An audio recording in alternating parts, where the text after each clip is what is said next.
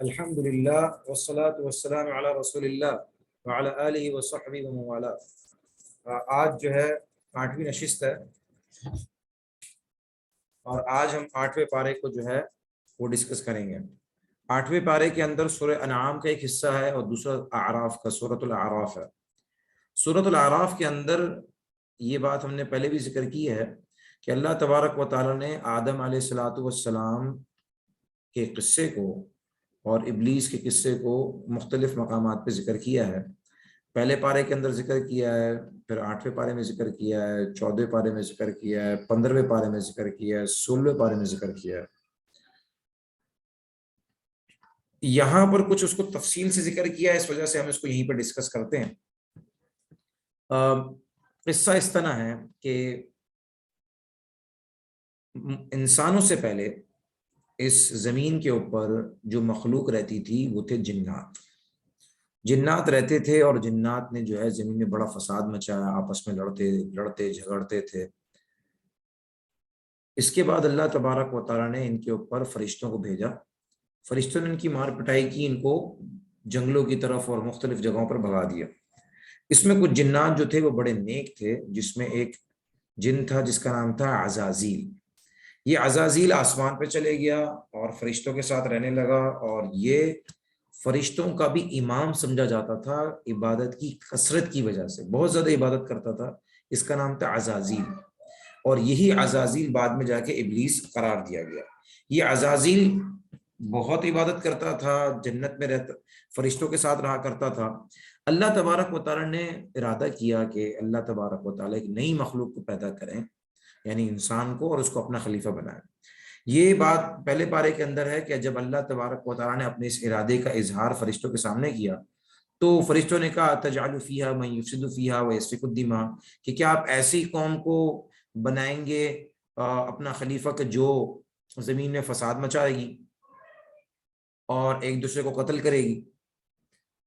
وَنَحْنُ نُسَبِّحُ بِحَمْدِكَ وَنُقَدِّسُ لَكَ، ہم تو آپ کی تسبیح بیان کرتے ہیں، آپ کی تحمید بھی کرتے ہیں، آپ کی عبادت بھی کرتے ہیں۔ اگر عبادت کے لیے آپ نے کوئی مخلوق کو پیدا کرنا ہے تو ہم سے بہتر کون ہو سکتا ہے، ہم اتنی عبادت کرتے ہیں۔ اچھا، اب انہوں نے، فرشتوں نے یہ کیسے اندازہ لگایا کہ انسان زمین میں جا کے فساد مچائے گا؟ ابھی تو انسان پیدا ہی نہیں ہوا، تو انسان پیدا ہوگا، وہ فساد مچائے گا، آپس میں لڑے گا، جھگڑے کرے گا، یہ کیسے پتہ چلا؟ تو اس کی بھی وجہ یہی ہے کہ ان کو اندازہ تھا کہ جو پہلے جو مخلوق تھی جنات، وہ بھی آپس میں لڑتے تھے، تو انسان بھی ایسی مخلوق ہوگی جو آپس میں لڑے گی، جھگڑے گی۔ لیکن اللہ تبارک و تعالیٰ نے اس کا جواب فرمایا عالم انی عالم ما لا تعلمون، میں جو جانتا ہوں وہ تم نہیں جانتے۔ ٹھیک ہے، تو اللہ تبارک و تعالیٰ نے اشرف المخلوقات انسان کو بنایا اور اپنا خلیفہ بھی انسان کو بنایا۔ ایسا کیوں کیا؟ فرشتوں کو کیوں نہیں بنایا؟ جب فرشتے عبادت میں زیادہ آگے ہیں، نیک زیادہ ہیں، وہ گناہ نہیں کرتے، تو ان کو بنانا چاہیے تھا۔ انسان کو اشرف المخلوقات کیوں قرار دیا؟ اس کی بنیادی وجہ یہ ہے کہ انسان گناہ کرنے پر بھی قادر ہے، گناہ کرنے پر قادر ہونے کے باوجود وہ اپنے آپ کو بچا کر، ہمت کر کر وہ عبادت پہ لگاتا ہے۔ جب وہ عبادت پہ لگاتا ہے تو اس کی عبادت جو اللہ کو پسند ہے نا، وہ فرشتوں کی عبادت پسند نہیں ہے۔ کیوں؟ فرشتے بھی تو عبادت کر رہے ہیں، فرشتوں کے اندر نافرمانی کا مادہ ہی نہیں ہے، نافرمانی کا مادہ فرشتوں میں ہے ہی نہیں۔ تو فرشتوں میں جب نافرمانی کا مادہ نہیں ہے تو ان کی نیکی کا کوئی اتنا، ان کی نیکی کرنا کوئی اتنا کمال نہیں ہے۔ انسان جب نافرمانی بھی کر سکتا ہے، گناہ بھی کر سکتا ہے، فسق و فجور بھی کر سکتا ہے، وہ ساری چیزیں چھوڑ کے اپنے رب کی فرما برداری کرتا ہے، تو یہ فرما برداری اللہ کو بڑی پسند ہے۔ اور جب انسان جوانی میں عبادت کرتا ہے تو اللہ فرشتوں پہ رشک کرتے ہیں، اور فرشتوں کی مجلس میں کہتے ہیں دیکھو تم کہتے تھے نا کہ فساد مچائے گا، دیکھو میرا فلاں بندہ جو ہے عبادت کر رہا ہے۔ اتنے سارے لوگ گناہ کر رہے ہیں، اس کا نہیں بتاتے، جو فلانا ایک آدمی عبادت کر رہا ہوتا ہے، اللہ فرماتے ہیں دیکھو میرا فلانا بندہ دیکھو کیسے میری عبادت کرتا ہے۔ تو اللہ کو انسان کی عبادت اور انسان کی نیکی بڑی پسند ہے، اتنی پسند ہے اتنی فرشتے کی عبادت اور نیکی پسند نہیں ہے۔ اس کی وجہ کیا ہے وہ میں نے آپ کو بتا دی۔ اچھا، اب یہاں پر اللہ تبارک و تعالیٰ فرماتے ہیں وَلَقَدْ خَلَقْنَاكُمْ ثُمَّ صَوَّرْنَاكُمْ ثُمَّ قُلْنَا لِلْمَلَائِكَةِ اسْجُدُوا لِآدَمَ فَسَجَدُوا إِلَّا إِبْلِيسَ لَمْ يَكُنْ مِنَ السَّاجِدِينَ۔ اللہ فرماتے ہیں کہ ہم نے تمہیں پیدا کیا، پھر تم پہ تمہارے اندر سور پھونکا، اور پھر ہم نے فرشتوں سے کہا کہ آدم کو سجدہ کرو۔ یہ اللہ تبارک و تعالیٰ نے انسان کو کتنی بڑی سعادت دی کہ اپنی بہت ہی مقرب ترین مخلوق فرشتے ملائکہ ان کو کہا کہ انسان کو سجدہ کرو. یہ تعظیم سجدہ ہے، ظاہر سی بات ہے فرشتے جو سجدہ کر رہے تھے انسان کو، یہ انسان کی عبادت تو نہیں کر رہے تھے، یہ تعظیماً ایک زمانہ تھا جب تعظیماً سجدے کی گنجائش تھی. اب دیکھیں اس بات کو چھوڑیں کہ سجدے کی اجازت غیر اللہ کو تو نہیں ہے، لیکن اللہ نے جو حکم دیا، بس جب اللہ نے حکم دیا ہے کہ تمام فرشتے آدم علیہ الصلوۃ والسلام کو سجدہ کریں، تو بس ساری باتیں اب ختم ہو گئی. جب یہ بات سمجھ آ جائے کہیں کسی موقع پر کہ یہ اللہ کا حکم ہے، تو باقی عقل لڑانے کی ضرورت نہیں ہے، بلکہ عقل نہ لڑانا اس کا حکم ہے. عقل لڑانے سے کیا ہوتا ہے وہ ہم ابھی ڈسکس کرتے ہیں. فسجدوا الا ابلیس، سب نے سجدہ کیا، ابلیس نے نہیں کیا. اچھا ابلیس جو ہے یہ فرشتہ نہیں تھا، یہ بات اللہ تبارک و تعالیٰ نے وضاحت کے ساتھ سورہ کہف میں ذکر کر دی ہے، الا ابلیس کان من الجن، کہ وہ جنات میں سے تھا. اور یہ بات میں نے ابھی ذکر کر دی کہ فرشتوں کے اندر نافرمانی کا مادہ نہیں ہے، تمام فرشتوں نے سجدہ کیا. ابلیس نے اس لیے نہیں کیا کہ یہ جن تھا. اللہ نے اس سے پوچھا کہ ما منعک ان تسجد لما اذ امرتک، تمہیں کس چیز نے روکا کہ تم سجدہ نہ کرو جب میں نے تمہیں حکم کیا. قال انا خیر من، کہا کہ میں اس سے بہتر ہوں. خلقتنی من نار وخلقتہ من طین، آپ نے مجھے آگ سے پیدا کیا ہے اور اس کو مٹی سے پیدا کیا ہے، اور آگ مٹی سے بہتر ہے، اس بنا پر میں نے سجدہ نہیں کیا، میں اس سے بہتر ہوں. اب دیکھیے بہتر انسان ہے، فرشتہ ہے یا جن ہے، یہ بات یہ ایک الگ موضوع ہے. لیکن اللہ نے جس چیز کا حکم کر دیا بس اس کو بغیر چون چرا کے عمل کرنا یہ مخلوق کی ذمہ داری ہے. اللہ تبارک و تعالیٰ نے جب زمین بنانے کا ارادہ کیا تو زمین اور آسمان سے کہا ائتیا طوعا او کرہا، تم آ جاؤ، چاہتے ہوئے آؤ نہ چاہتے ہوئے آنا پڑے گا. تو مخلوق کا زور اللہ کے اپنے رب کے سامنے نہیں چل سکتا. سمجھداری، عقل مندی، دانش مندی کا تقاضا یہ جب اللہ کا حکم آ جائے تو اس پہ عقل نہ لڑائی جائے. اب دیکھیں ہمیں اللہ نے عقل بھی دی ہے، اور عقل دینے کے بعد اس بات کا پابند بنایا کہ ہم اس کو استعمال بھی کریں، لیکن اس کے استعمال کرنے کی ایک حد بتائیے کہ جب تک اللہ کے حکم سے تمہاری عقل نہ ٹکرائے تم اپنی عقل استعمال کرو، دنیاوی کاموں میں کرو، گاڑیاں بناؤ، موبائل بناؤ، جتنی ٹیکنالوجی تم حاصل کرنا چاہتے ہو کرو، لیکن رب کے سامنے کھڑے ہو کے یہ نہ کہو کہ یہ ایسا ہے، ایسا نہیں ہے، ایسا ہے. بھائی قربانی کرنے سے اتنا نقصان ہوتا ہے، جانور 1,00,000 روپے کا اس کو ذبح کرتے ہیں، اس کی کوئی حیثیت نہیں رہتی، یہ باتیں ہمارے سامنے نہ کرو. ساری دنیا کے لوگ اگر حج کرنے کے لیے مکے جاتے ہیں، اربوں خربوں ڈالر استعمال ہو جاتے ہیں، یہ اگر غریب کو اپنے علاقے میں دیتے تو کتنے لوگوں کا بھلا ہو جائے. یہ باتیں ہمارے سامنے نہ کرو. 5 وقت بار بار ہم کام چھوڑ کے نماز پڑھیں گے، اس سے اچھا یہ کریں کہ ایک ہی وقت میں ساری نمازیں پڑھ لیں. یہ باتیں ہمارے سامنے نہ کرو. اپنی عقل اپنے کام میں لڑاؤ، محنت کرو، لیکن جہاں ہمارا حکم آ جائے، رب کا حکم آ جائے، وہاں پہ عقل نہ لڑاؤ، وہاں پہ جو ہم کہہ دیں وہ کر لو. بس یہی کامیابی کا راز ہے. اب جب اللہ نے عقل کہیں منع کیا ہے استعمال کرنے سے تو پھر عقل دی کیوں ہے؟ تو عقل کی ایک سرٹین لمٹ رکھی ہے، ایک دائرہ رکھا ہے کہ اس میں ہم عقل کو استعمال کریں، اور اس کے بعد ہمیں اس بات کا ذمہ دار بنایا گیا ہے کہ ہم عقل کو یہاں پر استعمال نہ کریں. اب ابلیس نے جب اپنی عقل استعمال کری تو کیا ہوا؟ قال فاهبط منها فما يكون لك ان تتكبر فيها فاخرج انك من الصاغرين، کہا کہ اتر جاؤ، فما يكون لك ان تتكبر، دفع ہو جاؤ، ہماری جنت سے نکل جاؤ، ہمارے دربار سے نکل جاؤ، تمہارے لیے مناسب نہیں کہ تم تکبر کرو، ذلیل ہو کے نکلو. اس موقع پہ ابلیس نے اللہ سے ایک دعا مانگی. دیکھیں یہاں پر ابلیس جو ہے وہ اللہ کو جتنا جانتا تھا آپ اور میں شاید نہیں جانتے. ابلیس بہت بڑا عالم تھا، بہت بڑا عابد تھا، یعنی عبادت اللہ کی بہت زیادہ کرتا تھا، اسی طرح اللہ کا خوب جاننے والا تھا، بہت بڑا عالم تھا، لیکن عاشق نہیں تھا، اللہ سے محبت کرنے والا نہیں تھا. ہمیں یہ کہا گیا ہے کہ ہم اللہ کی عبادت بھی کریں، اللہ کو جاننے کی کوشش بھی کریں، اور اللہ کے عاشق بھی، اللہ سے محبت بھی کریں. اب اس نے کیا کیا؟ اس کو اتنا بڑا عالم تھا کہ اس کو پتا تھا کہ اللہ ناراض ہیں، غصے ہو رہے ہیں، مجھے دربار سے نکال رہے ہیں. اس موقع پر اس نے اللہ سے ایک دعا مانگی. یعنی اس کو یہ بات پتا تھی کہ جیسے ایک عام مخلوق انسان جو ہے غصے سے، کبھی انسان بہت غصے میں ہو اور غصے کی شدت کے اندر ہو اور آپ اس سے کہیں ذرا مجھے کچھ پیسے دینا، آپ بھی غصے ہو اور آپ اس سے کسی چیز کا سوال کریں، کر سکتے ہیں؟ آدمی کہتا نہیں اگر کرنا بھی ہے تو ابھی نہیں کرو، بعد میں کریں گے، ٹھیک ہے، ایسا ہی ہوتا ہے۔ لیکن شیطان کو پتا تھا کہ اللہ عام مخلوق کی طرح اپنے غصے سے مغلوب نہیں ہوتے، عین شدید غصے کی حالت میں اللہ سے کچھ مانگا جائے گا اللہ دے دیں گے۔ اس نے اللہ سے ایک دعا مانگی، انظرنی الی یوم یبعثون، اے اللہ آپ مجھے مہلت دے قیامت کے دن تک۔ قال انک من المنذرین، تمہیں ہم قیامت تک کی مہلت دیتے ہیں۔ مہلت کس چیز کی مانگی تھی؟ اس کا یہ بیان ہے، قال فبما اغویتنی، آپ نے مجھے دھتکارا ہے، لاقعدن لہم صراطک المستقیم، میں ضرور بضرور انسان کو گمراہ کروں گا۔ آپ نے مجھے دربار سے نکالا ہے، اس کا غصہ آدم علیہ الصلوۃ والسلام کی وجہ سے مجھے نکالا گیا نا دربار سے، تو اب میں یہ کوشش کروں گا کہ یہ آدم بھی جنت میں نہ رہ سکے اور ابن آدم بھی جنت میں نہ رہ سکے۔ ثم لآتینہم من بین ایدیہم، اور میں سیدھے راستے میں بیٹھ جاؤں گا ان کو گمراہ کرنے کے لیے، پھر میں آؤں گا ان کے سامنے سے، ان کے پیچھے سے، ان کے دائیں سے، ان کے بائیں سے، یعنی میں گمراہ کرنے کی پوری کوشش کروں گا، چاروں طرف سے میں حملے کروں گا، سامنے سے، پیچھے سے، دائیں سے، بائیں سے۔ علماء فرماتے اس میں نیچے کا لفظ استعمال نہیں کیا، اسی وجہ سے فرمایا کہ راستے میں چلتے وقت نیچے دیکھو، اوپر دیکھو گے تو ٹکرا جاؤ گے، تو نیچے دیکھنے کا کہا ہے۔ اور یہ کہتا ہے ابلیس کہ میں اتنی کوشش کروں گا وَلَا تَجِدُ أَكْثَرَهُمْ شَاكِرِينَ، کہ آپ ان میں سے اکثر کو شکر گزار نہیں پائیں گے۔ شکر گزاری کا اصل مطلب جو تھا وہ میں آپ کو پہلے بتا چکا ہوں کہ شکر گزاری کا مکمل مفہوم یہ ہے کہ بندہ اپنے رب کا تابعدار ہو، تو آپ اکثر کو تابعدار نہیں پائیں گے، میں انسان کو ایسے گمراہ کروں گا۔ اب اللہ نے کیا جواب دیا؟ قال اخرج منها مذءوما مدحورا، یہاں سے دفع ہو جاؤ ذلیل ہو کے، رسوا ہو کے۔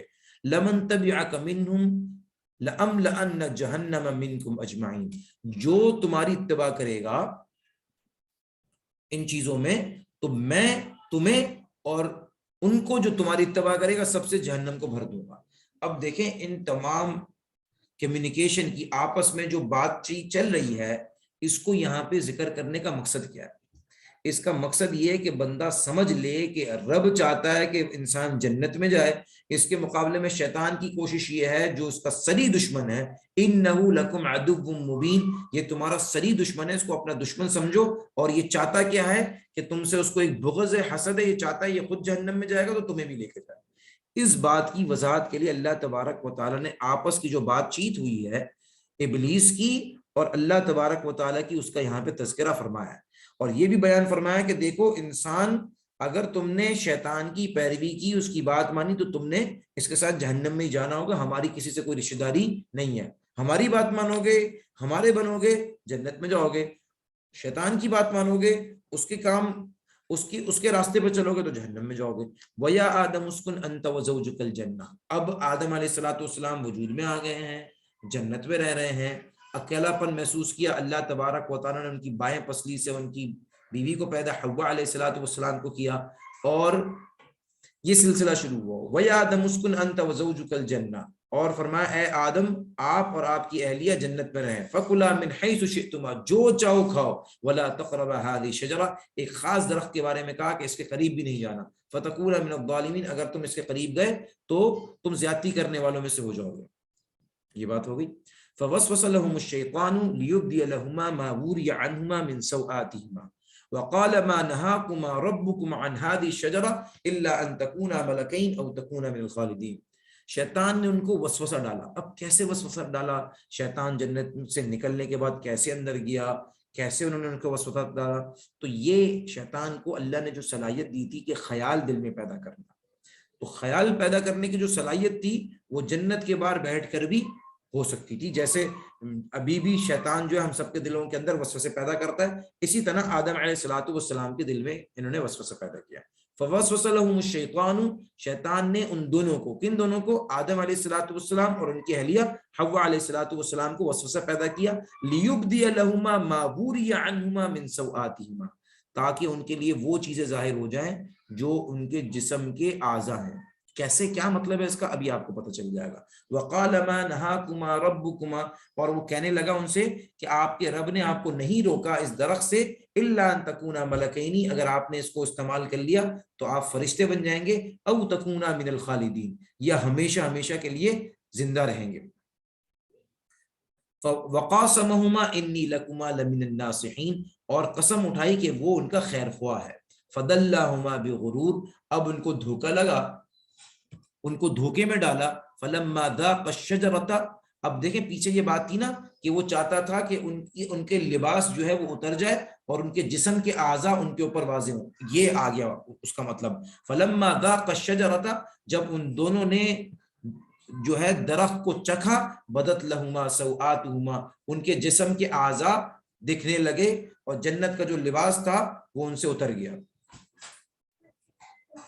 فلما ذاق الشجرة بدت لهما سوآتهما وطفقا يخصفان عليهما من ورق الجنة.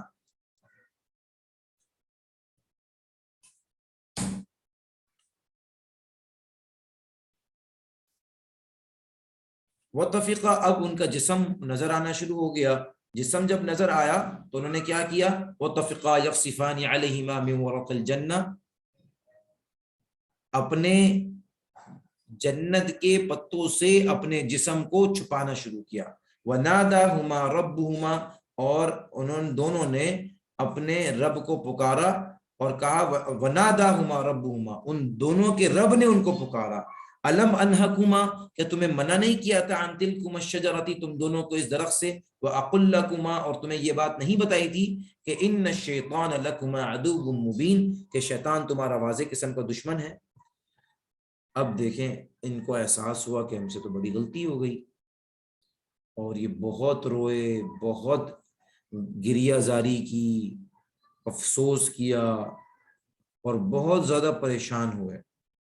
پریشانی کی انتہا ہو گئی. ایک تو جنت سے نکال دیا گیا، اور جنت سے نکلنے سے بڑھ کر جو پریشانی تھی وہ پریشانی اللہ کی ناراضگی کی تھی، کہ اللہ ناراض ہو گئے، کیسے راضی کریں. جب بہت روئے، بہت پریشان ہوئے، تو اللہ تبارک و تعالیٰ نے ان کو یہ کلمات سکھایا، ربنا ظلمنا انفسنا وان لم تغفر لنا وترحمنا لنکونن من الخاسرین.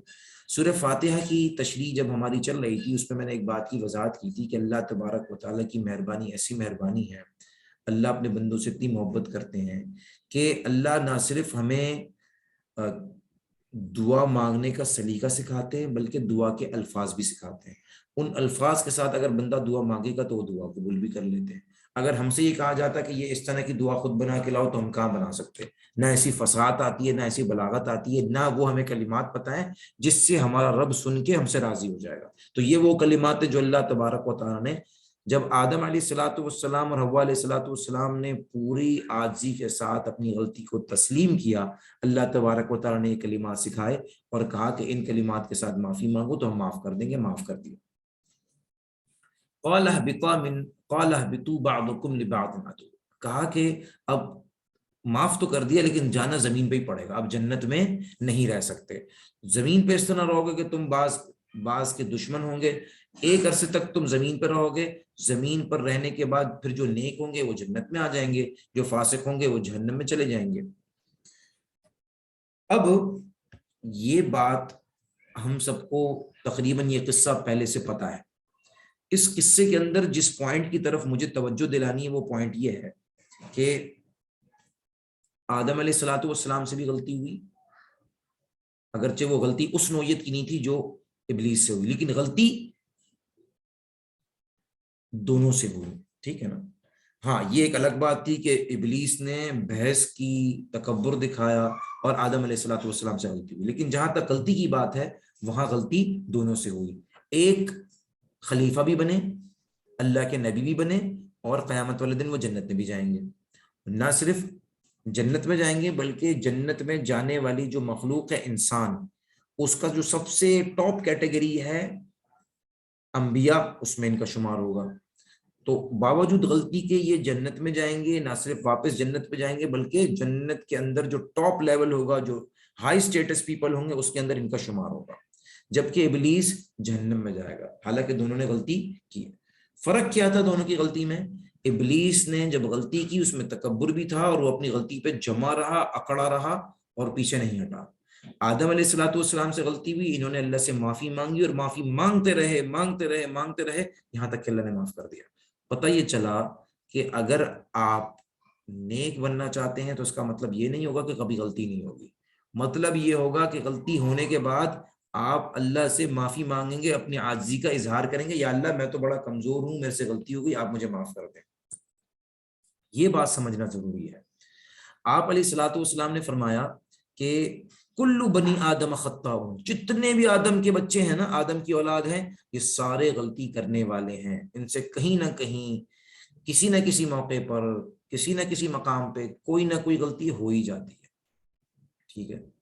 وَخَيْرُ الْخَطَّائِينَ التَّوَّابُونَ، لیکن بہترین غلطی کرنے والے وہ ہیں جو توبہ کر لیں۔ یعنی غلطی ہونا یہ بری بات نہیں ہے، غلطی پر جم جانا، اکڑ جانا، مستقل ارادہ کر کے روزانہ کے حساب سے گناہ کرنا، یہ وہ آدمی ہیں جو اللہ کو ناپسند ہے۔